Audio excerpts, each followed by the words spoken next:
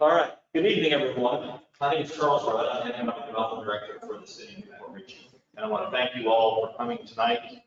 The very beginning of the process of creating master planning for our downtown and US-19 corridor. So we're looking forward to hearing from you, your input. You're going to see a little bit about what's going to be produced out of this process. And I want to acknowledge a couple folks in the audience. Mayor Marlowe is here coming. And Councilman Alden and Councilman Murphy are also present. Thank you for being here, as well as our city manager, Debbie Mann, our public works director, Robert Rivera, and Barrett Doe, our assistant public works director. And am I missing anybody? Oh, Rod Hale, our new assistant city manager. Welcome, Rod, and welcome to the community. So he's been learning about it as well. So I'm going to turn it over to Aaron Arnett from our Muldrow. If you remember, those of you that participated in our branding process, sort of phase one of this, he led that effort, was here, community back in February. It started in February. And so now we're in phase two of this process. He's going to take it from here. All right, awesome. I'm gonna test this out first. Can everybody hear me okay? Okay, good, because this microphone we're gonna use to hear from you all, by the way. Here, this is for the audio. I just want to make sure everybody can hear me here. Talk louder? Okay. Okay, cool. All right, got that over with. Again, like Charles says, my name is Aaron Arnett, and I'm with Arnett Muldrow and Associates, and I've met many of you all, if not most of you all, either in the last couple of days or, as Charles mentioned, in the project that we did with you all several months ago. And it's kind of hard to recognize everybody from here up, but I have met many of you all and have enjoyed working here. I'm here with Tom McGilloway. Tom is with Mahan Reichel and Associates, and they are a urban design and planning firm based out of Baltimore, Maryland. And his firm and our firm collaborate all across the country on doing master plans just like this. And he's going to share with you a little bit of some examples of some of the things that have been done. Yeah, we have worked all over and we're glad to be here. As Charles mentioned, we began an effort to look at telling the community story and understanding what opportunities there are in the community. That effort, that branding and marketing effort, that market research that we did, that is foundational input to this plan. And as Charles mentioned, it is essentially phase one. And while these are two different projects, we're now moving into phase two now. But all of that discussion that we had with branding about the character and the identity of the community, all that data that we learned about opportunities that we have here in the community, all that is input to this master planning process. Now we've just started yesterday morning, and we've had a number of stakeholder interviews. This is a public kickoff of the process. You'll see us again in the future when we'll come back and share with you some of our thoughts and get your input on that. But for tonight, we just want to hear from you. So Tom's going to share with you, as I said, some examples from some other places, just to give you an idea of what some of that potential outcomes would be here. And then we're just going to have an open conversation about what you see is the future of downtown Newport Richey, as well as the Highway 19 corridor. Thank you. Thanks, Aaron. Good evening. So it's great to see the turnout we have here.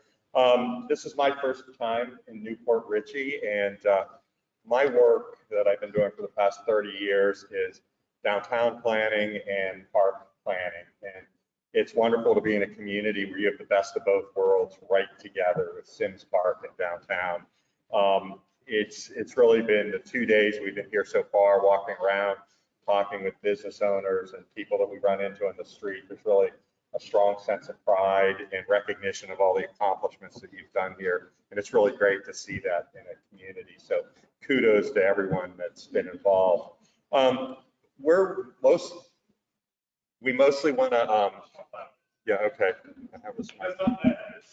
We mostly want to hear from you tonight. So I'm going to give a real quick example of some examples of types of products we'll be producing as part of this master plan, but most of the evening is going to be facilitated discussion, and then we'll let you know what the next steps are.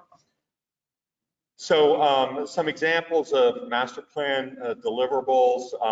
We're going to be having a series of plans and maps. This is from Gulfport, Mississippi. It was highlighting some key resources in the city and key connections that need to be. So some of the maps are going to be very diagrammatic, just illustrating some broad level concepts. We'll have very detailed master plans, illustrative master plan maps that show potential new buildings and infill opportunities, new parking resources, new gathering areas, and so forth. And these will be included in the plan. We're also going to be looking at the corridor, the Highway 19 corridor, and some examples. We'll be looking very long-term. What are some long-term opportunities for the corridor? It might involve redevelopment of sites when property owners are interested in doing that, but then it also might involve some short-term solutions, such as some landscape enhancements, in addition to what's already been done. We'll be developing some guidelines, not a detailed design guideline document, but just guidelines for properties and as things change along the corridor in downtown, some guidance for how that might happen. And then this is the Route 40 corridor that's up in Baltimore, a similar corridor to 19 that's changing, and looking at these were guidelines to be prepared for how that could be enhanced over time, both public enhancements as well as guidelines for private property owners.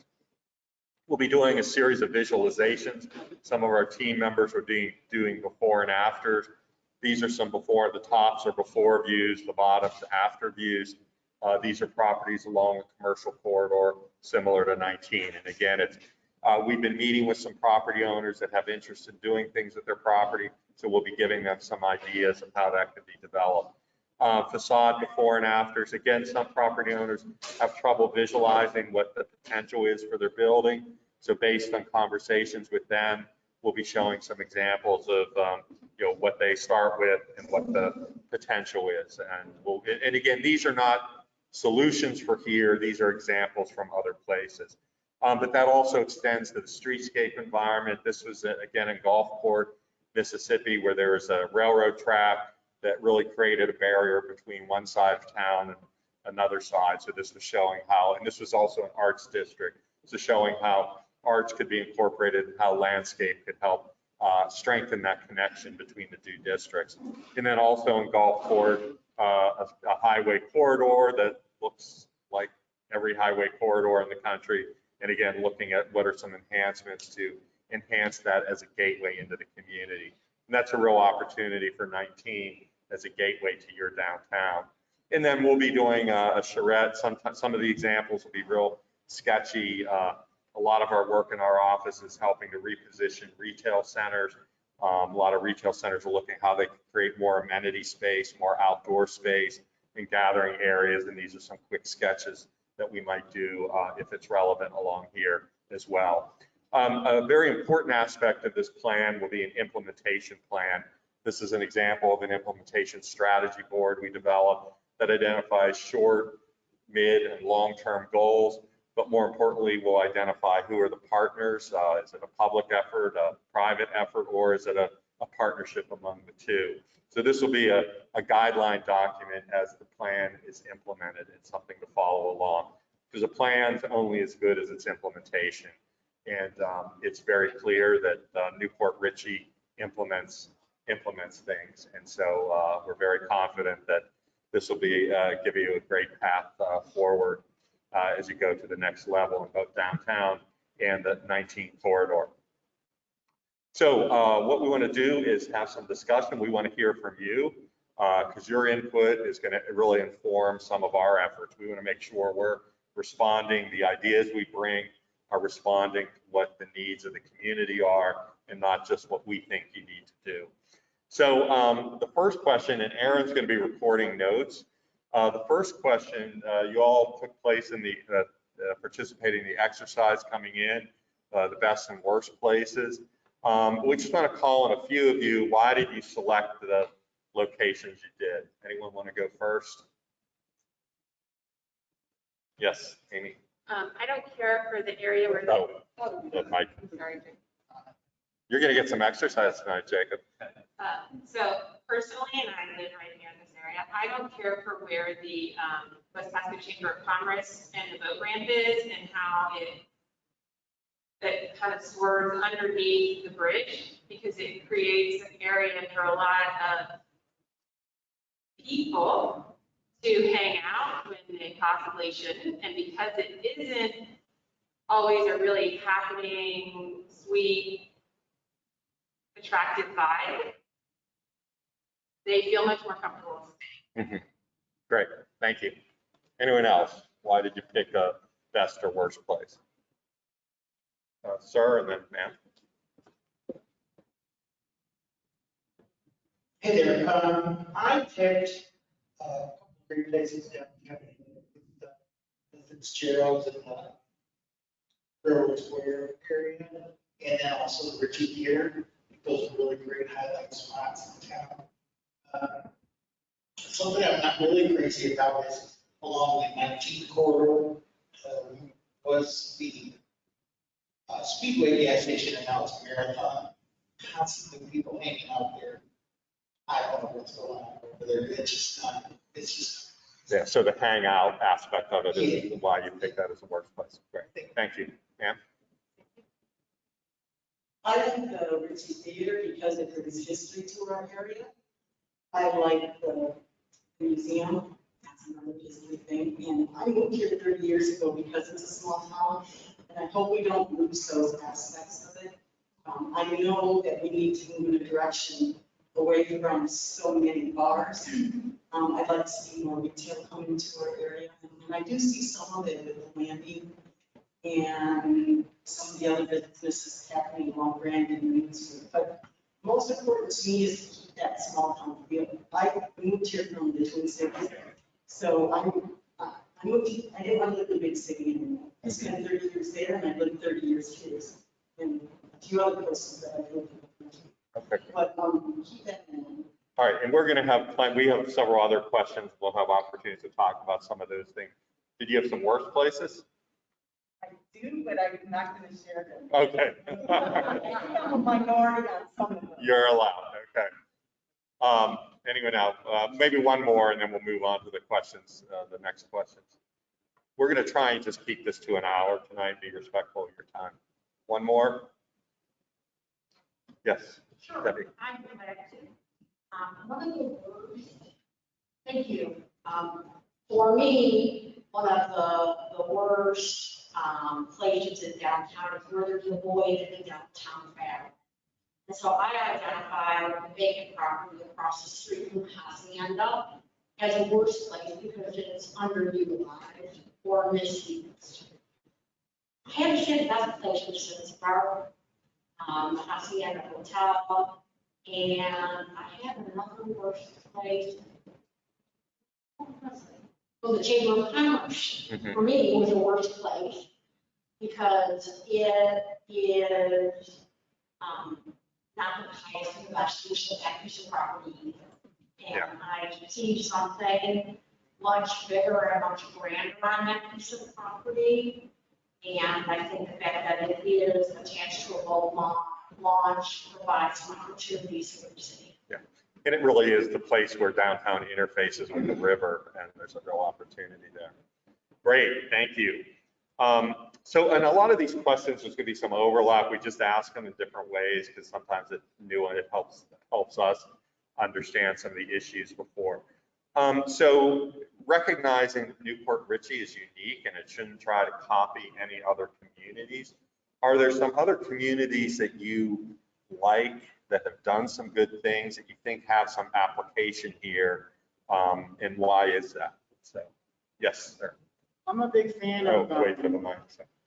I'm going to deliberately call on people on opposite sides of the room to keep you grounded, Jacob. I'm a big fan of downtown St. Pete, mostly because of the large murals and the art that they have there. I like the vivid colors and I like more like abstract stuff. Something that pops, like the one photo you showed where they had the sidewalk, and it made that sidewalk really pop. Yes, so the colors and popping, great. St. Pete, any others? Yes. I can just say it, Safety Harbor. He needs it for the recording, for the online. I think Safety Harbor, Anthony, and Paul Harbor's even coming a long ways now. It used to be, those used to not be nice. 'Cause I grew up there and it was like, don't tell anybody you live in Paul Harbor. But now that looks real nice, you know, so they have done it. There's no reason we can't. Yeah, that's great. Even added their parking here, because the way the restaurants come on the sidewalk, there's people that are sitting on the sidewalk. And I don't see like in our downtown. I'm starting to see a little bit now, not like the days that I see it. Yeah, and there's a common saying, people like to go where people are. And, you know, when you see activity, it just makes you want to get out there and participate in activity. Great, thank you. Someone stopped me on the street and mentioned safe harbors also. So. Others? Yes.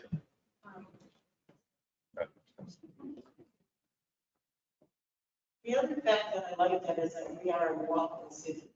We have one of the best layouts, I think, along the coast.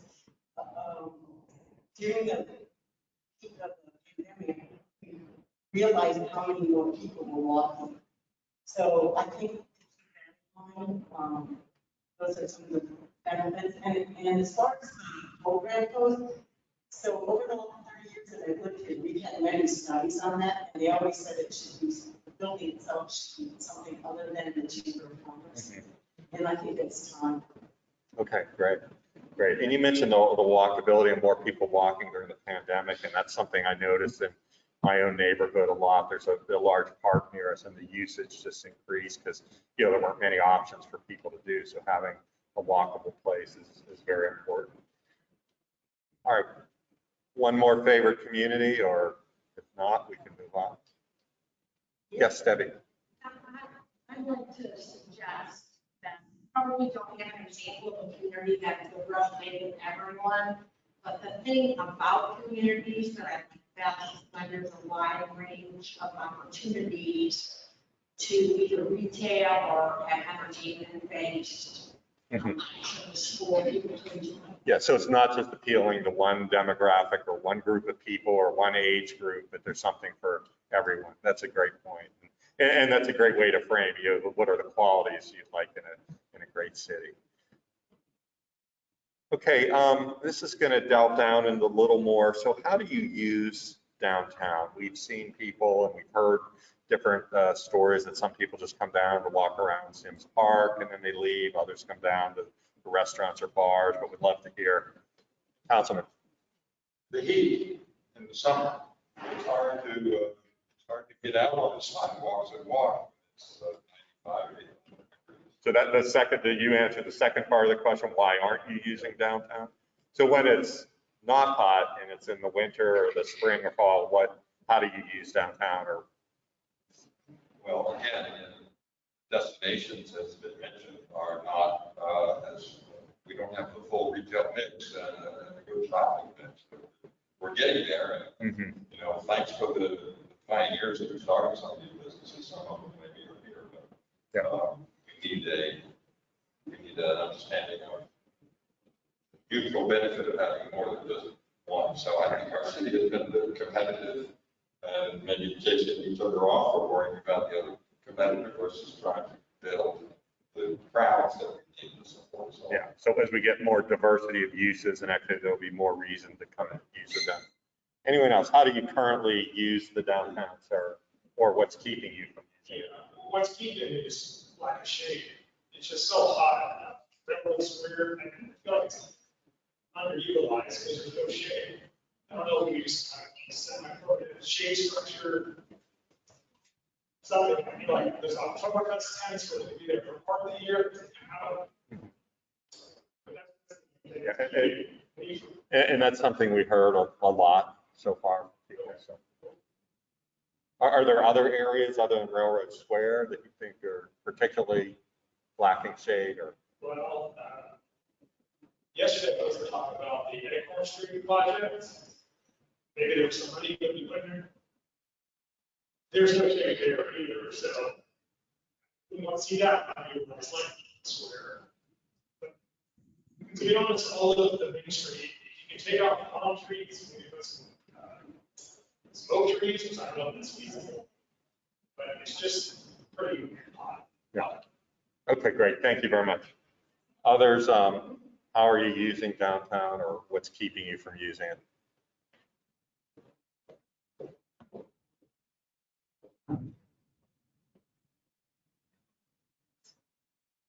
There used to be shade trees on Main Street, Okay. and they took those out and put palm trees. And I think that did hurt, because if you go down more towards the library, where there's beautiful big oaks and they can't be the whole road, that would have been great. I mean, I know there was a reason for it, I don't remember what it was, but there was a reason for it. And that does, when we ride our golf cart, we do dinner downtown, we try to support those people. The theater, we try to support that. I don't drink, so we don't go to bars, or we don't talk, that's all with it, but, in the park, we do like the park, but it's hot on Main Street. You don't want to just walk it, and even, there's no canopy coming out, like shading. From the buildings? Even, yeah, because I think you could even sit, it's like, if it starts raining, what are you gonna do? You're gonna run to the store, because there's no really spot. Yeah. Well, that's, you mentioned that not wanting to walk around, and that's actually, we've done in some other communities who worked with Aaron on some of the economic data, tracking zip codes, was able to say that people weren't browsing because the environment wasn't comfortable, whether it's too cold or whether there wasn't any shade, and it wasn't. So you want to do things to encourage people to browse and make downtown a park once and walk around type destination. Sir. Oh, I'm sorry. I think the real reason is why do you not use downtown is because there's not enough to do. Again, we have too many, I think we have to limit on how many bars we want. I think we need more retail. And the heat doesn't bother me. I think, we talked about all these other towns, whether it be Dunedin or Leesburg or Safety Harbor or Oldsmar, they're just as hot as we are. It's not just like the heat. If you want to do more than just eat and drink, there's not a lot of options downtown. That's the real thing that's stopping me downtown. Also, we need to look at expanding the downtown to increase the area where retail can be. I think that's a limiting factor with that. So expand the downtown district. Yeah, that's pretty much what I was gonna say. We go to dinner, but there's nothing else to do downtown. There was more festive environment downtown, more color, more street entertainers, or something that would keep us downtown. Mm-hmm.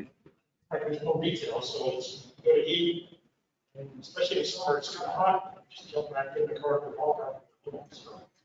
So not to focus on the negative second part of this question, but the reason you do go down is for going out to eat. Is that your primary Right, there's nothing that keeps us. Yeah. So that's what's keeping it. Not enough. Yes, Amy. So this is pre-COVID, and I know a lot of people do get anxious about there being too many drinking establishments downtown. It's actually really nice. People come and stay with us from all other areas so that we can go downtown and be able to walk home and still feel comfortable and safe on those roads, on those sidewalks. The social coming in and putting up the upstairs rooftop bar was just beautiful, and having the lights, and having the parklet outside is nice, just like now Cody River Brewing has one. We used to have this fun garage bar that always had great music on Friday night. So I think that there is a time and a place to have that. And I do think it would be nice if there was some way eventually, and I think we are trying to move toward it, is to mark off Railroad Square so that it can be walkable on the commutes to go back and forth. I, like everyone else, would love to have more retail, but if we don't have more of a reason for people to come down there and for it to be more aesthetically pleasing, then those entrepreneurs aren't going to make it. Yeah. One of the reasons that Ellis does well is because she has an online business. The same thing with White Heron Tea Room. She has an online business. So their online businesses are supporting their brick and mortar. So we have to consider that when we say, yeah, we want more, but there may not be enough of us right now to be in there shopping and supporting that. And sometimes the time might be right. It might be, something might be happen 5 years from now because other things happen first. So we want to think of that. But I think one of the points you raised is important, that for people living downtown or near the downtown, being able to have walk to a place to get a drink or dinner is very important. You know, you're not in your cars out on the street, and that makes it more marketable for residents. And then you don't need extra parking. Yeah, yeah, and it's a part of the parking strategy. So, Mike. So one thing we have to talk about, about downtown, we talk about play, it's kind of like live, work, and play. There's a few offices downtown, but I don't know, other than the people that are working at the, restaurants, bars and so forth, it's really limited employment right downtown. There's a few, but not many, but I think that all brings people down, all right? If we're working down there, that's a big more people that have to have someplace for lunch, so forth like that. I don't know how that plays in. And that would the whole world is working more. I remember that conversation. Starting to do this is the world is great kinds of apartments. And so that's part of the process. They'll bring people, make sure there are empty lots, fill with housing, people's there. They'll go where the food is, and the food be rated where the people are. So the housing and employment opportunities, but the housing, very important. Yes, Councilman. One more quick comment, which is our stores don't have reliable hours either. I mean, we've got places usually closed on Sundays pretty much, and I don't know how Sunday is in the relative shopping window, but I think if you don't have a retail on a Sunday, you're going to have a struggle. Yeah, and in Starkville, Mississippi, where we work with Arnett Muldrow, they had that same issue. A lot of stores were closed. So they actually did a partnership with the restaurants and did a brunch and browse. So they combined, encourage you to come down for brunch and then browse at the stores, get the stores to open. So there are different strategies for that. And that's something that's pretty common in a lot of districts, not having consistent hours. And the successful districts do work together to have some consistency. Thank you.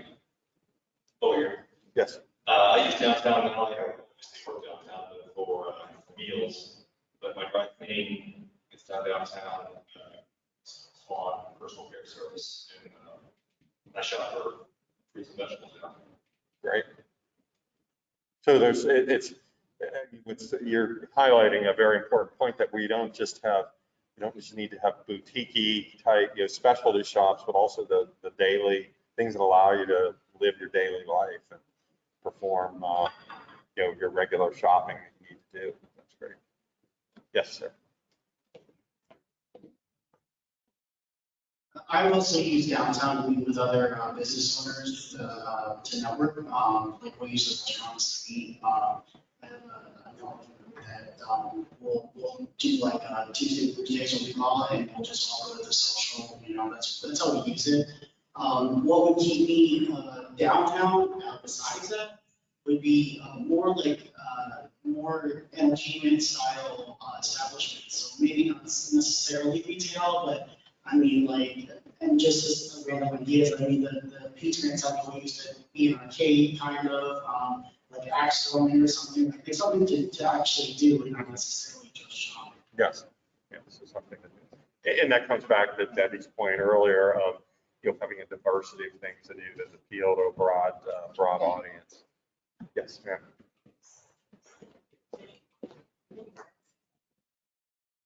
So one of the other things I think we should look at is getting to downtown. What are the conditions of the roads getting there? One of my concerns, and I haven't heard brought up, is that the Main Street Bridge gets kind of congested and as we bring more in. Congested with cars or pedestrians? Costs. It gets certain times. So I guess we need to look at traffic path, and I don't want to bring automobiles into our area more, or also the sidewalks. They need to be in really good condition if you're going to promote, and not just the downtown, the neighborhoods. Yeah, the connectivity is very important, but also, some downtowns are using strategies of where how they locate parking as they grow, how do you intercept the visitor before they get to the congested parts too. So we'll be looking at a broad number of strategies there. Sir.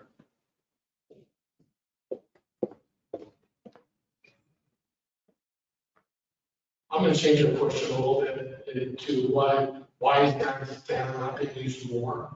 And I think the problem is the people who use downtown the most are the people that live closest to downtown.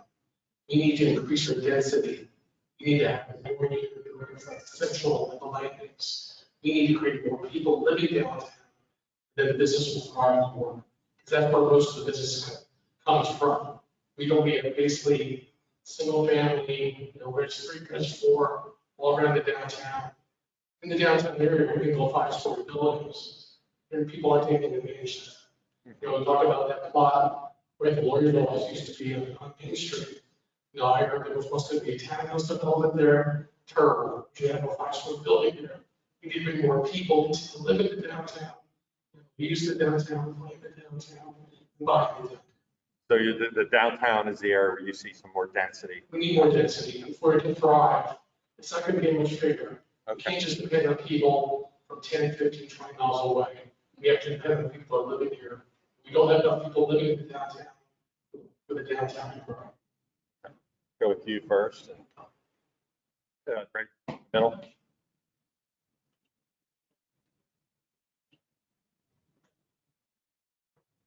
So I look at other small towns like Palm Harbor in town, and there's bike town. And that's something that draws us to these towns. There's also, in Huntington, there's often marketplace.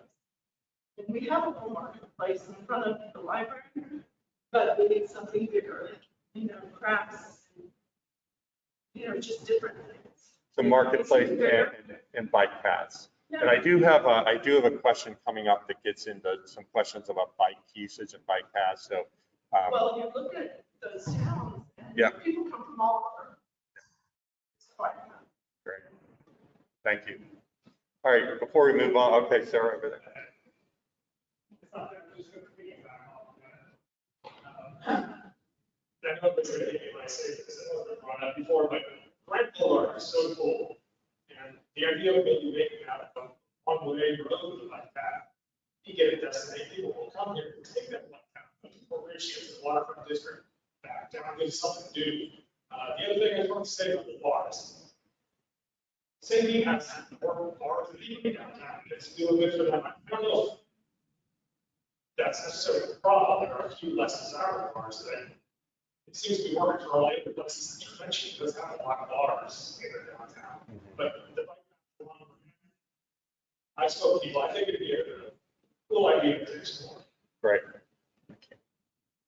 All right, I'm going to move on to the next. Oh, good. The next one deals with the bicycle. So I'd like to get into a little more because we heard from some of our discussions about conflicts with bikes and pedestrians. There's a lot of bikes on sidewalks. See a lot of bikes along 19 on the sidewalks. So how can we better accommodate bikes? You gave a good example with the bike trail along Grant. Other thoughts, sir? Yeah, we'll give you the shorter walk and then you can walk. All right, so I'm Brad, I own actual seconds. Oh, great.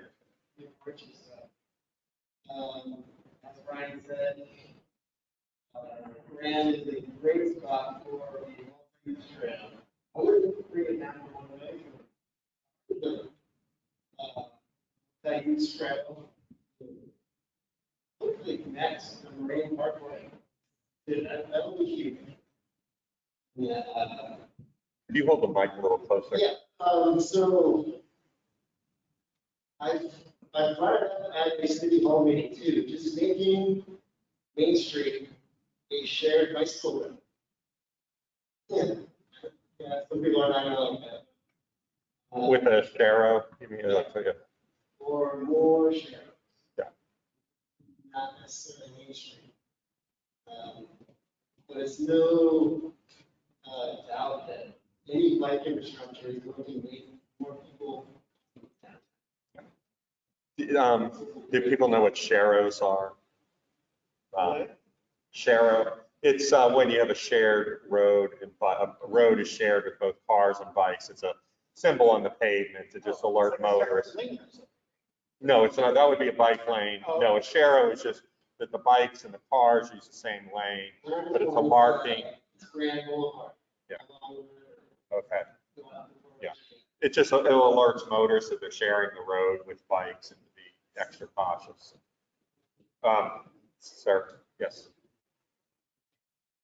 I just have to say that the homeless population that we have, and some of the comments about the folks hanging out at gas stations, which is an issue for us. A large majority of them, or a large percentage of the bicycle riders that actually are homeless with backpacks, carrying trailers behind them, and it doesn't give a good vibe to those who really want to use it for sport and recreation. So I think the conflict, we asked what they are, it's probably the conflict with, unfortunately, just the difficulty in assimilating with the rest of the population. Yeah, yeah.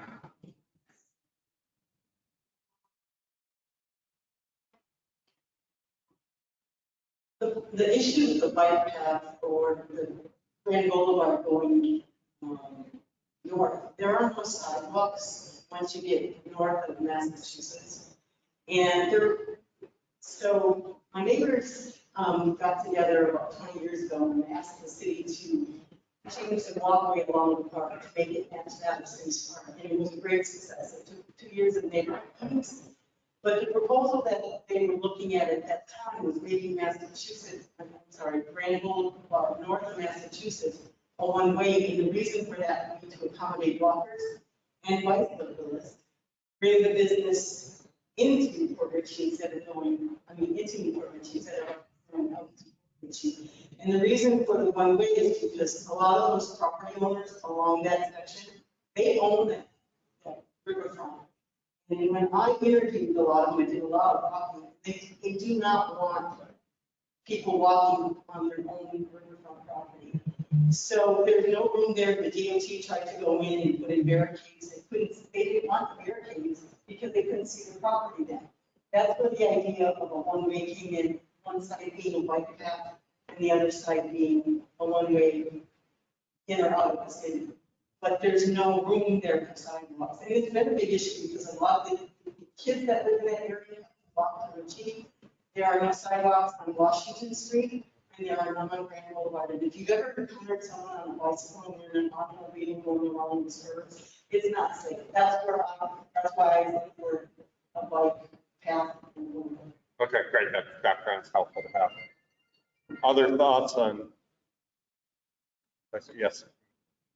Really quick, talk about some signage that says get the bikes off the sidewalks would help. Mm-hmm.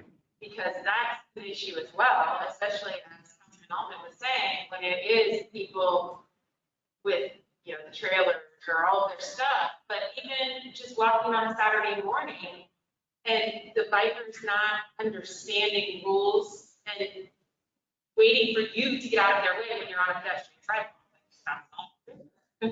The sidewalk is meant for us to walk on, not for them to ride bikes on. It's not a So some kind of signage that says, bikes, please yield to pedestrians or off, get on the sidewalk. Yeah. Thank you. Signage. Yes, ma'am. From the same thought process about bikes not being on sidewalks, I personally feel the same on the roads. A lot of the drivers don't consider the bike riders. So for me, I find myself going on the sidewalk at higher times because that's safer for everyone. So I understand the convenience of bikes on sidewalks, but changing the mindset of our drivers and where bike riders should be. Well, it is I think you bring up a good point. It is something that communities transition into, especially, a community that maybe did not have a lot of bike culture. When you transition, it takes a while for, people to be on the lookout for it. And I know in my own community, it's been that 10 years ago, there was very little bike infrastructure.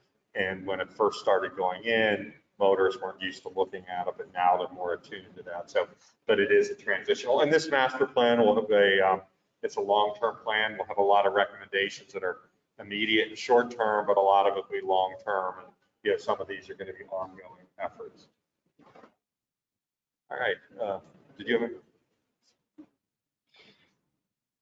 Yeah, I'll let you stop in the way. Okay, how about the lights on Grand Boulevard? Grand Boulevard is wide enough where you can have light waves marked, diamonds or whatever. Because that's a pretty wide road to be shared. So I think, yeah, changing the mindset of folks, but with marked light lanes going down Grand, I think would help with the sound issue that's being brought up too. And the homeless people definitely, not sure how much it would take for them because they don't care right now. But I think that would help if there were marked lanes, especially along Grand, so wide. And I think there are communities where, there are people that choose not to want to have a car or, or maybe don't have the means for a car and want to use bike as their main form of transportation. So, yes, then we'll move on to the next question. I was just going to mention, hopefully you're not starting, for instance, I know last night at a city workshop, they discussed bike path master plan. So there's some good details there. If you didn't make the discussion, you can go online and I'm sure you can the document on it. That's a very good point. I'm glad you brought it up because we are not starting fresh in a lot. We know a lot of things are already underway, and the master plan will start to tie those together. And a lot of times we look at a master plan as connecting the dots. So there's a lot of efforts already underway. We don't want to reinvent the wheel. We don't want to focus where you've already focused time. Charles is providing us with the background information plans like that, the rec and parks plans and so forth. So I'm glad you brought that up. Thank you. All right, next question. This is something Aaron and I discussed, understanding how do you utilize the river and are there opportunities to better engage the river with downtown? We talked a little bit about the Chamber of Commerce and the boat launch site, but what are thoughts you have on the river and downtown? Council. The Main Street landing has brought a lot of new residents in, and there is a large walkway along the edge of that project. A lot of folks are using paddle boards now. There's a kayak club, and for folks that are out on the river, it's really an entertainment to watch folks come and go. We've also got dolphin. There was a gator scene a couple of weeks ago, manatee are regular. So I think the river is a living show, really, both human and animal life, bird life. So it really is a focus to use it, going to the Great Reserve, coming out to the Gulf. It really is a great additional network for us. I'm really impressed with the wide sidewalks on the Main Street Bridge and the bridge actually being a place that you could hang out and look at the river and observe it. That's just a wonderful amenity to have. Other way, like, how can the river better be utilized or engaged with? Are there other thoughts? I'll jump in. How do I utilize the river now? I've been on the Lucky Moody cycle boat. I think that's super fun. There's another tour company coming in, and it's welcome. We have the Cody River Kayakers group now, which is 600 plus members. We've done one group paddle, we have another group coming up in the middle of the which is really exciting. The other thing too that I don't know if people are aware of, but Jim Emerson is explaining that people will be able to take their boats from the Gulf to the distance park and pay to keep them there overnight and see the house in them. I think that's awesome. Oh, that's great. Thank you. Yes, sir.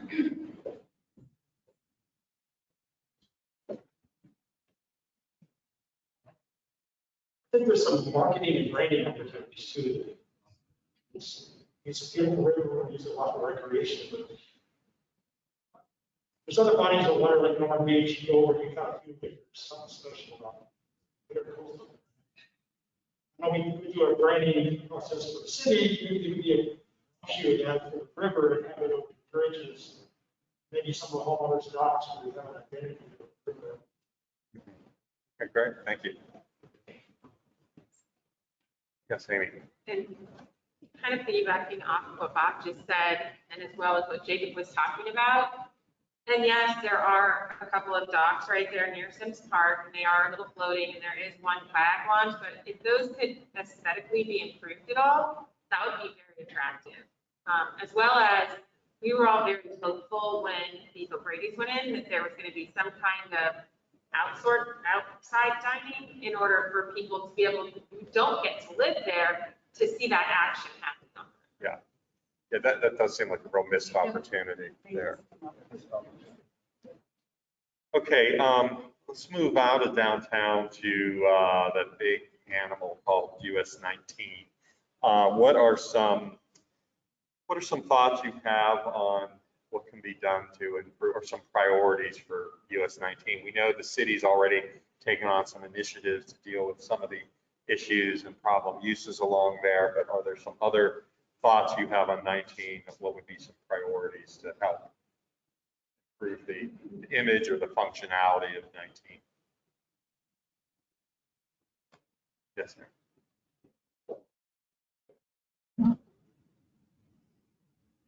I live in the city of Port Richey, but I work downtown, and I'm always traveling from the west side of 19 to downtown. I like to find a way where it's safe for bicyclists or pedestrians to actually cross 19. I think Main Street is a perfect example. You can only cross on one side. You have to cross Main Street to cross over 19 to get to the other side. It's a bit scary, number one, because people don't stop for pedestrians. They don't seem to, but it'd be nice if there was some sort of enforceability with law enforcement, stopping people or ticketing people who are not giving the pedestrian the right of way. But that, to me, that just a safe way to cross US-19 instead of people crossing at Green Key, or it's just scary sight. Very nice. I was actually talking to, when I was walking along 19 today, taking some photographs, talked to a bicyclist, and she's actually someone, she said, oh no, I own a car, I just wanted to bike, and talked about some of the challenges that she has along there as well. Other thoughts on 19, anything that, the DOT improvements in the medians have really made I haven't seen it before, but I can visualize what it was before, so I think that's been a real positive. Others. I think part of the problem with 19 is too much of a low rent commercial corridor.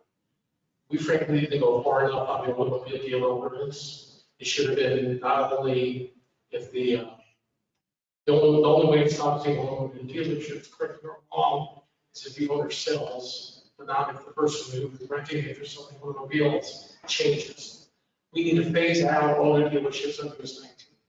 If they're low rent, they don't pay the taxes, and they return. Talking particularly about the used car dealerships. The other thing is the transient hotels. I think we didn't go again. We didn't go far enough. We need to provide incentives for the city fund to convert those from transient to maybe apartments or something else. Get rid of the transient hotels in our city because they're not good for the city. And then look up and down the corridor, we have all these older buildings that need to be tougher with code enforcement, be tougher with than under repairs. Because when you come to US-19 in Newport, it just looks terrible. We've done so good in downtown and other areas, but 19 is blighted. It's almost blighted. The one thing I was disappointed is you only had the downtown. You didn't show the entire city with your maps. Because US-19 is the worst part of Newport Richey, and that's what needs to be improved. Yeah.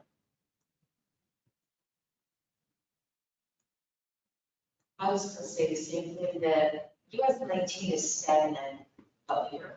There's nothing new, there's nothing that looks, it's dated. It doesn't look like new and bright and shiny. It looks dated in the great big parking lots, in the strips that have all the empty spots, and it's so blighted looking. I think that's, I don't know how to fix it, but that doesn't. Yeah, and typically in corridors that we've worked on, it's because they cover so much ground and so long, really need to focus on some key nodes. And obviously, one of the things we'll be looking at is obviously the Main Street node where Main Street intersects 19, the North Gateway and the South Gateway area.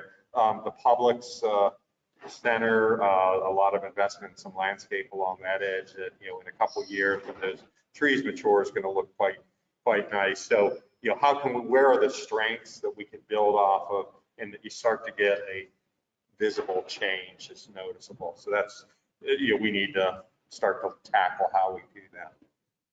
Yes. Thanks. To be honest, I've never really understood the whole. I mean, I think it's great that they're going to try to clean things up, but I think 19 has so much more to worry about than current. Such as like it needs a higher police presence. I see people, and I'm sure other people see people. Friends of mine are in my car and I kid around. Oh, look at this one walking. Streetwalkers, all kinds of things. And it really needs to be cracked down on members. Rather than who has an orange sticker or a flag on a car. I mean, to me, there are so many other things. There are so many people hanging out, and I don't know. I wish I had the answers as to what to do, because I know it's a bigger issue. But I think something has to be done, because when you have people, and I'm a big guy, but I'm getting where I can feel comfortable going inside. I just don't. There are all kinds of people hanging out there. People cruising around on skateboards and riding their bicycles that look like they can climb out of a trunk of a car. And it's just not, it's not right for that to be going on in the bridge. I think a good way to start is kind of how it's going right now, where they're building that, the Kaiser University over there, is start like with Main Street and just kind of like have it grow out from there. Because I mean, some of the worst that I think looks on US-19 is right there on Main Street, US-19. I mean, across the street, there's a dilapidated parking lot with a body collision center, the monster mini wall, the old gym that the new owner bought it and raised the rent too high for them. And then the hardware store there. So I think just like starting that as a base point. And I'm not necessarily, I don't necessarily see like the police as like a softball for those people. I think that building the area up will kind of move that away. I mean, if the area is too expensive for those kinds of people to live here. And I know he was talking about the transient hotels and stuff like that. I think that also. But yeah, that's my sense. Great, thank you. Yeah, the Kaiser project is really exciting, especially right at Main Street there. So when you're driving down 19 and you look to the Newport Ridge here, so when you first look down there, what's inviting us? You look through your eyes as if you've never gone down the street. So when you're a visitor and you happen to look down there and say, oh, that's Newport Ridge. What do we have that's bringing them? I said, okay, now we can see nice, some of the buildings that they put along the river. So you see the landings and you see maybe the building that's up along the river across from it. But our opportunities are the boat ramp. That building needs to change. And some of those buildings along the way, because if you don't start fixing those up, those are some of the dated. You mean the buildings between the river and 19 Yes. on Main Street? So when you look, that's the first impression to visitors. They can't get past that to see our quaint city and our river as it goes in there. So they're coming off this busy highway and they happen to glance down there and they say, oh, these are buildings from the 1950s and some of them are vacant. I mean, we have that nice palm tree corridor, maybe not as much shade. I love the lighting on the bridge.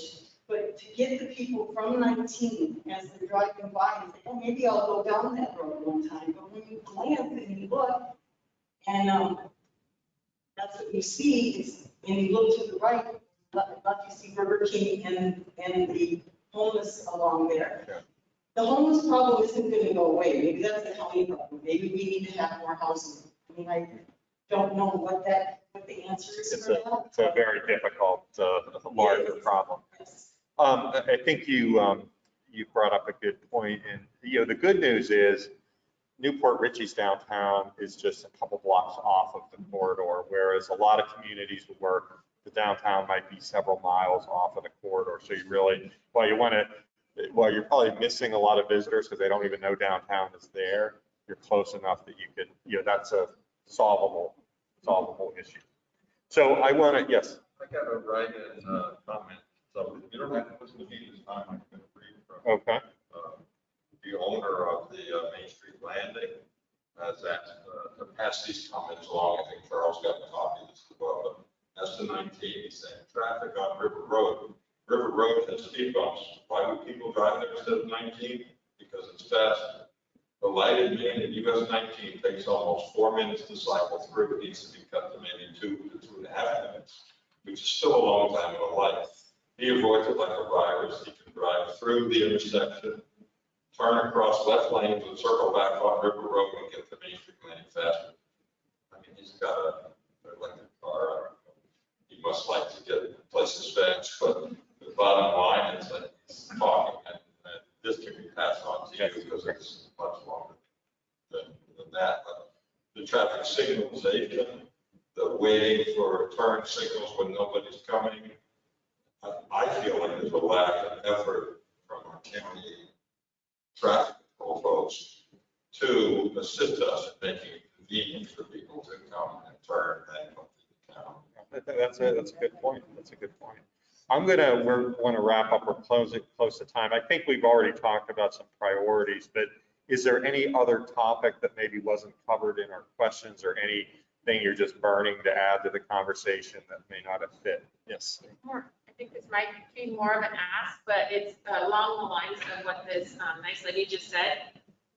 And I just don't understand it right now. There are buildings on Main Street that are vacant that should be torn down. Like, people should not be able to live in them or work in them. And some of them are eyesores near the beginning of the corridor from Main Street coming off of 19.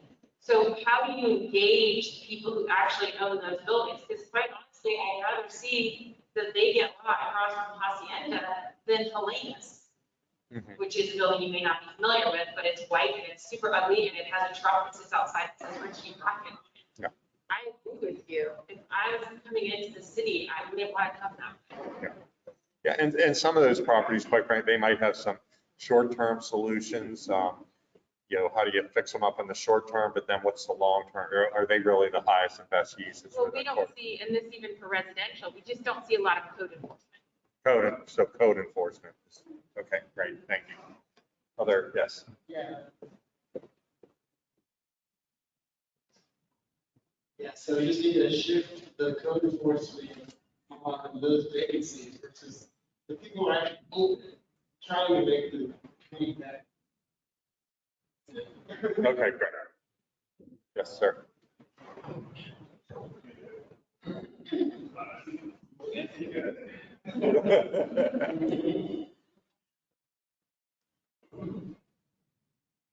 One thing you've done really well, something the county recently made a rental register, and they're so proud of themselves. It's going to do squat. We've had a rental inspection program for years. We have a fireman go out and inspect the outside of the buildings. It's time for that to go to the next step. When the outside is bad, that means the inside is really bad. It's time to inspect all rental units in the city, inside and out, using a minimum Section 8 standard to make it livable. I can tell you, we've talked about the homeless on bikes, they're going down my street for it all the time, to the other side of Harrison, where there's sometimes 10 and 15 and 20 people are living. I think that's the problem.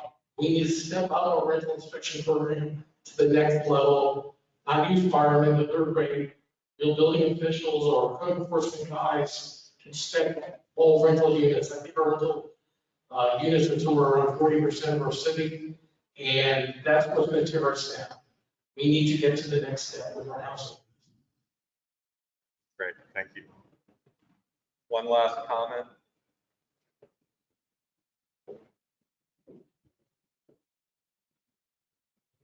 I'll make it quick, emphasize or re-emphasize about the murals downtown. Those downtown safety bright colored murals, I really think they go a long way, especially some of these buildings that are dilapidated in that corridor, for a lot of really cool murals and nice, I can do, however it gets worked out. Like, is the owner of Urban on Wing here, or I talked to her after that? The brown wall. To see that building just getting kind of boring brown, and the side that faces the social, actually really cool, like hipster mural. Those things spot around the city, probably brings a whole, vibe down here. My understanding was that there used to be a mural in that building of like prominent people within the community or people in the community that wanted to be on the mural and things like that. So yeah, that's great. There's a lot that public art can feed into the process, and already you have a lot of color integrated into your wayfinding signage, your brand identity, the Main Street Bridge, and color. When I think of Florida, I think a lot of color. So that's some great opportunities there. All right, thank you. This input has been really great, and I think the good news is it's really been consistent with a lot of things. We've been not only seeing ourselves as professionals, but also hearing from some of our conversations so far. So the next steps, we're going to be taking this information back, continuing to review plans that you have already undertaken, like the bike cycle master plan and other plans. We're going to be working, we're going to be coming up with some initial ideas and thoughts for the downtown and the corridor during the week of October 26th through 29th in a design work session. And we'll be presenting, is it the same location or we don't have that figured out yet for the 29th? I think it's here. Okay. Okay. So, but October 29th in the evening, we'll be presenting some initial ideas. There'll be initial ideas. Our final plan is going to be in the spring, probably April. So we'll have, it would be an iterative process. We'll present some of the initial ideas, get some feedback, reaction, and then continue to fine tune them and develop the master plan. So thank you very much. This has been very helpful to us. We appreciate it. Before you go, there is another meeting next week in the same room at 3 o'clock Tuesday. And it's for specifically the west end of Main Street area we've been talking a lot about tonight.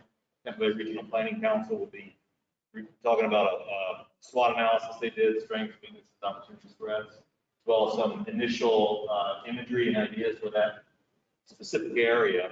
And they're going to want input on that, feedback on those ideas and so forth. So we'll put that out on Facebook again as well. And we'll be interfacing with that team so that we're not at odds with each other or duplicating efforts that will be integrated efforts.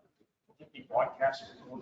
It'll be the same thing. You'll be able to go online and watch, and make it, or you'll be able to participate. All right, thank you.